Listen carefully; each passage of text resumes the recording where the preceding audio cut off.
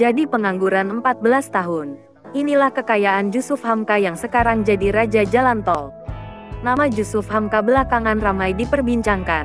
Jusuf Hamka, bernama asli Joseph Alun, pria kelahiran Jakarta, tanggal 5 Desember tahun 1957 ini, memiliki nama asli Joseph Alun. Ia mendapatkan nama Jusuf Hamka saat mulai memeluk Islam pada 1981 di umurnya yang masih terbilang muda, yaitu 23 tahun. Pengusaha yang dijuluki Raja Jalan Tol ini, dikenal sangat dermawan dan religius. Penampilannya yang sederhana, membuat sosoknya jauh dari kesan miliuner dengan harta melimpah.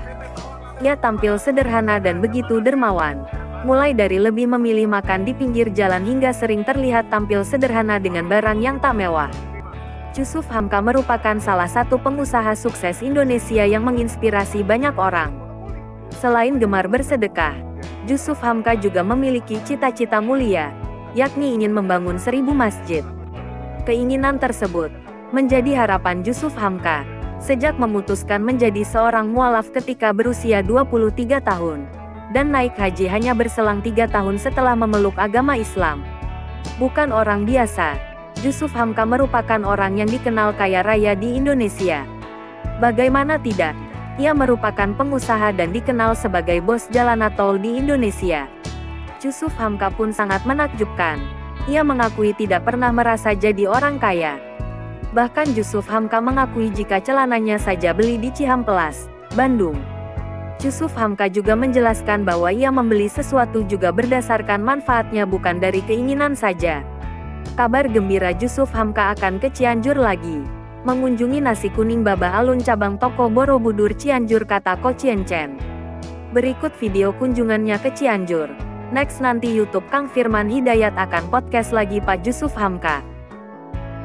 Jusuf Hamka, ujungnya memang harus fondasinya agama. Kalau lihat Pak Yusuf tuh dengan membangun 1000 masjid yang semua uangnya itu jadi harta yang jariah ya. Saya tuh di situ mikirnya, iya ya, yang sekarang orang kaya itu salah tuh sepertinya dia itu memperkaya diri bukannya melipatkan pahala dari harta. Dulu cita-cita cuman jadi tukang parkir. Waktu saya sekolah SMA, saya suka liwat di daerah Pasar Baru. Saya tanya tukang parkir, satu hari dapat berapa sih? Dapat 10.000 sampai 15.000. Waktu itu satu mangkok bakmi hanya 300 perak. Jadi kalau 10.000 sama dengan 33 mangkok. Andai kata saya makan satu hari 3 kali, saya masih bisa save 30 mangkok. Berarti saya masih bisa jadi tukang parkir aja udah cukup. Itu cita-cita waktu SMA. Terus saya bermimpi, kok orang-orang bisa sukses? Bagaimana cara sukses? Satu hari saya ke toko buku. Saya lihat buku bagaimana jadi orang sukses. Saya nggak punya uang. Waktu itu toko bukunya di Pasar Baru, toko buku Tropen. Saya hanya duduk ke sana, saya numpang baca. Terus saya pulang. Saya bacain buku bagaimana cari orang sukses. Sebenarnya nggak perlu baca buku lagi, karena tadi yang Ibu Prita katakan itulah di buku itu sebenarnya intisarinya. Karena jadi orang sukses itu harus rajin bekerja. Apapun nggak boleh dimonopoli, sehingga pahala dan barokahnya juga nggak boleh dimonopoli. Iya. Semuanya dapat kan, dia juga dapat barokahnya, pahalanya semua. Jadi bukan hanya bisnis yang nggak boleh dimonopoli. Saya baru nemuin itu, jadi setelah itu, oh iya, sedekah nggak boleh dimonopoli, sehingga pahala dan barokahnya juga nggak boleh termonopoli. Om itu setiap bantu, aku pernah dengar ya, Om waktu itu pernah di salah satu video ya, Om bilang kalau saya bantu orang itu bikin saya bahagia, dan ini membuat saya bahasanya orang kan sering nanya nih, Om Yusuf kenapa sih kok kayak hidupnya sehat gitu, maksudnya secara fisik juga kayak masih kelihatan sehat walaupun udah 60 tahun ke atas gitu kan. Dan Om salah satu waktu itu pernah jawab bahwa ya karena saya salah satunya selain makanan sehat, tapi di satu sisi juga saya bantu orang itu bikin saya bahagia gitu. Itu kan bantuan-bantuan kecil sebenarnya. Dan ada bantuan lain kayak kita tahu kayak nasi yang Om bikin harganya 10.000 dijual 3.000, dan banyak yang lainnya pastinya yang nggak dimuncul yang Om kasih tahu gitu loh. Itu efeknya benar-benar kerasa ya Om ya, bahagia itu ya Om ya. Kebahagiaan itu gini. Pertama, Kebahagiaan adalah bisa membuat orang senang. Sedikit senang lah, nggak usah buat orang senang banyak. Cuman jangan sampai salah. Bantuan kita jangan salah dimanfaatkan oleh orang-orang yang tidak seharusnya. Saya sangat selektif. Oh, sangat selektif. Sangat selektif. Jadi kalau orang berpikir sedikit-sedikit minta bantuan saya selalu kirim tim saya. Lihat deh, gitu pada anak-anak saya. Setiap kamu mau berbuat apapun juga, pertama ingat, pesankan, saya punya pesan kepada terutama Denny dan teman-teman yang lain. Anak kita sudah lahirkan belum tentu menyelesaikan tugas kita. Dia udah kawin juga belum tentu tugas kita selesai. Nggak mau punya anak nih, anak bapak pakai mobil bapak nih, pamer-pamer segala macam. Oke lah itu, oke lah, namanya anak kali ya. Tiba-tiba dia berbuat hal kayak gini, dia pukulin anak. Penjarain. Gini Pak ya, saya ajarin Bapak. Terhadap istri, terhadap anak, kita harus berikan cinta kasih. Ya, kita berikan api cinta kepada mereka. Ya.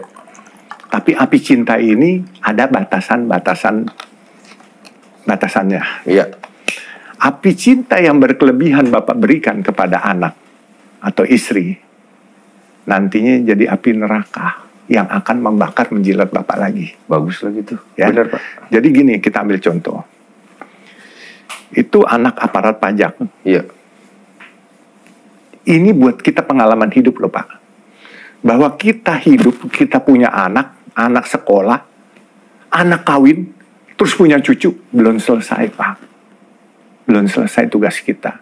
Bapak lihat bagaimana seorang anak menjadi destroyer, merusak karir ayahnya, karir ibunya, karir kakak beradiknya, karir institusi ayahnya. Ini destroyer Pak. Dan ini orang kedua yang saya lihat selama saya hidup destroyer.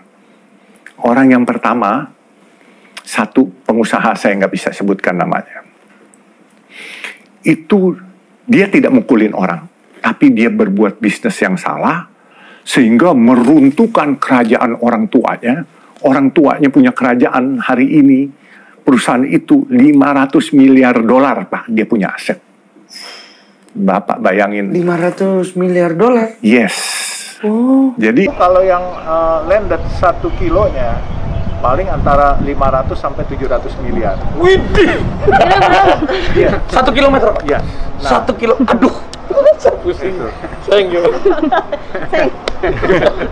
Jadi kalau yang elevated, kayak kita mau bangun nih Harbor 2 dari Tanjung Priuk sampai ke Pluit 9,6 kilo.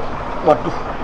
Investasinya 16 triliun. Jadi per 1 kilonya kurang lebih hampir 1,6 triliun. Nah, itu karena memang di atas kita dan itu harus menahan beban buat truk yang besar-besar, kontainer, supaya tidak terjadi kemacetan lagi. Orang-orang yang dari pelabuhan keluar sampai ke Pluit nanti langsung dia ke Cigading semua itu. Oh, jadi kalian itu kalau bayar tol, memang bayar tol itu wajib hukumnya karena bikinnya aja mahal. Jadi teman-teman harus tahu tuh triliunan. 1 kilometer aja bisa 500 sampai 700 miliar yang landed. Itu yang landed, yang di bawah ya. Yang di bawah ya. Kalau yang layang itu bisa lebih mahal lagi Pak. 1 triliun sampai 1,6. Minggu depan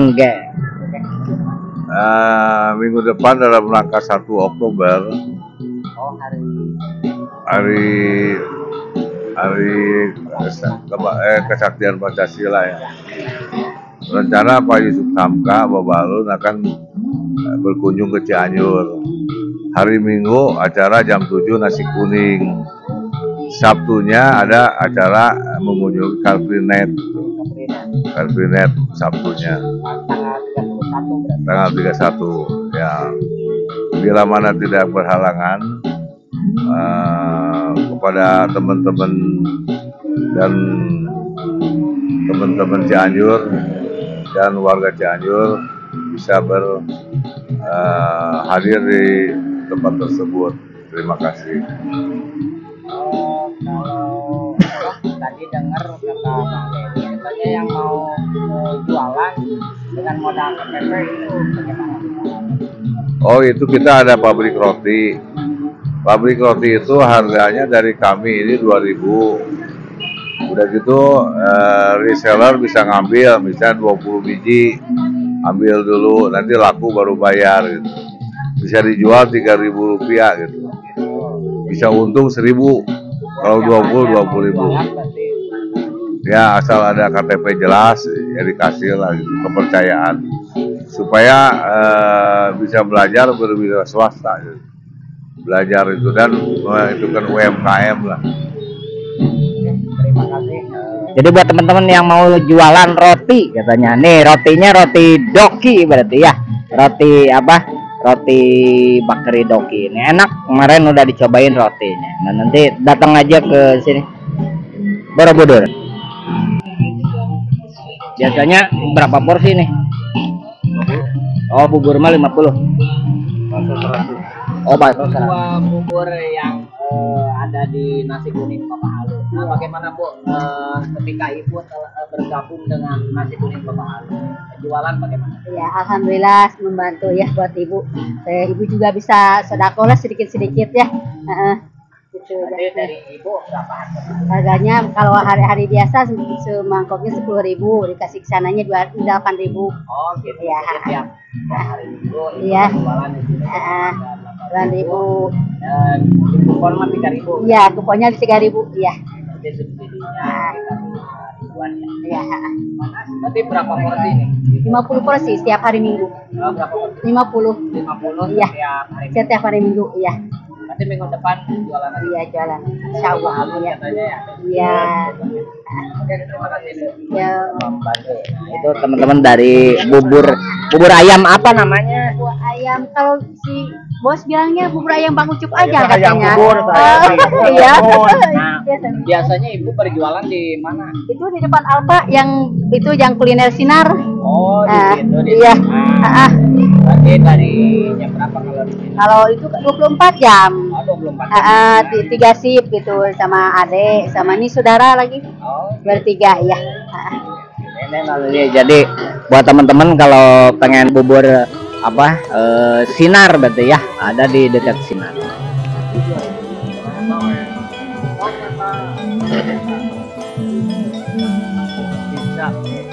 Bisa dua ya. Ya boleh.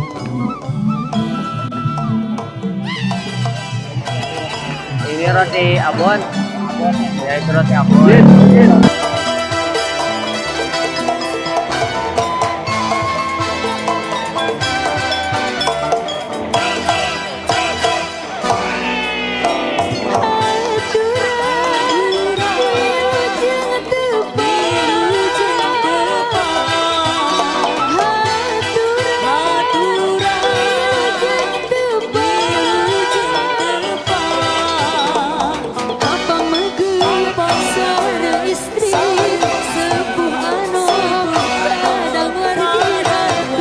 Ya, produksi sama siswanya seperti donat, ada pizza, ada roti, ada roti abon. Iya, emang ada jurusan kita boga. Ya.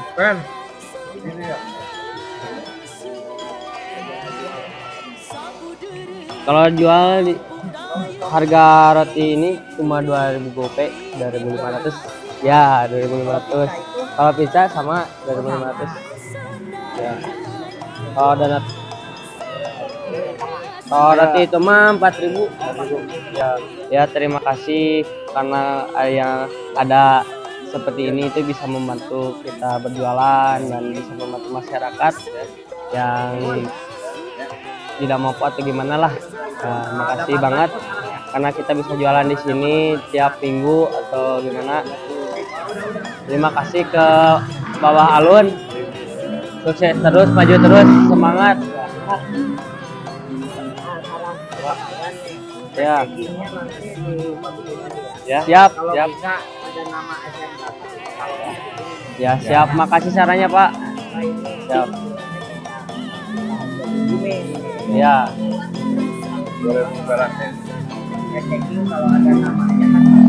Siap Pak. Ya, sama-sama Pak.